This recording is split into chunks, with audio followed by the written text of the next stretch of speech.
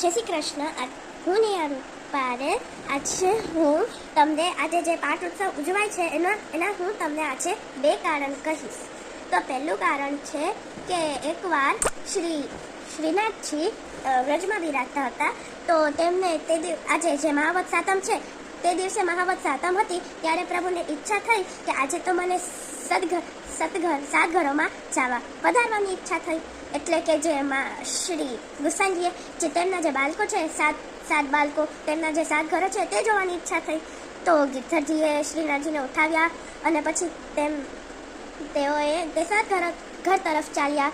બધા જે વહુજી હતા, બેટીજી હતા, બધા લાલનજી હતા, તેઓએ તેમનું બહુ સુંદર સ્વાગત કર્યું. અને તે દિવસે ખેલના દિવસે પણ હતા એટલે બધા ખૂબ જ રમ્યું શ્રીનાથજી સાથે. અને શ્રીનાથજીએ બધા સાથે ખૂબ જ રમ્યું. પછી 2 વર્ષ 4 મહિના અને 7 દિવસે જ્યારે શ્રીનાથજી વ્રજથી વિદા લેતા હતા, એટલે કે તેમને એક વચન જેમ કે પ્રોમિસ પૂરું કરવું હતું. જે અજબ કુંવરબાઈ છે તેમણે કીધું હતું કે તમે હવે ના દ્વારા પધારો. તો શ્રીનાથજી વ્રજથી ચાલ્યા અને પછી જે શ્રી અજબ કુંવરબાઈ છે તે જે ગુસાઈજીના સેવક હતા તેમનું જે ઘર છે એટલે કે નાથ દ્વારા વા પધરાવવા માટે તિલકાયત દાઉજી મહારાજે તેમને વા પધરાવ્યા હતા.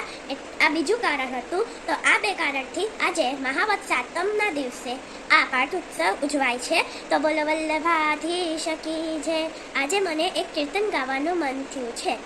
આંગણ ઉત્સવ બની આવો શ્રીનાથજી, આંગણ ઉત્સવ બની આવો શ્રીનાથજી, સંગે શુભે જુડા શ્રી મહારાણીજી, સંગે શુભે જુડા શ્રી મહારાણીજી, આંગણ ઉત્સવ બની આવો રે શ્રીનાથજી, આંગણ ઉત્સવ બની આવો શ્રીનાથજી. જય શ્રી કૃષ્ણ. બોલો વલ્લભાધીશ કી જય, ગોવર્ધનનાથ કી જય, શ્રી યમુને મહારાણી કી જય.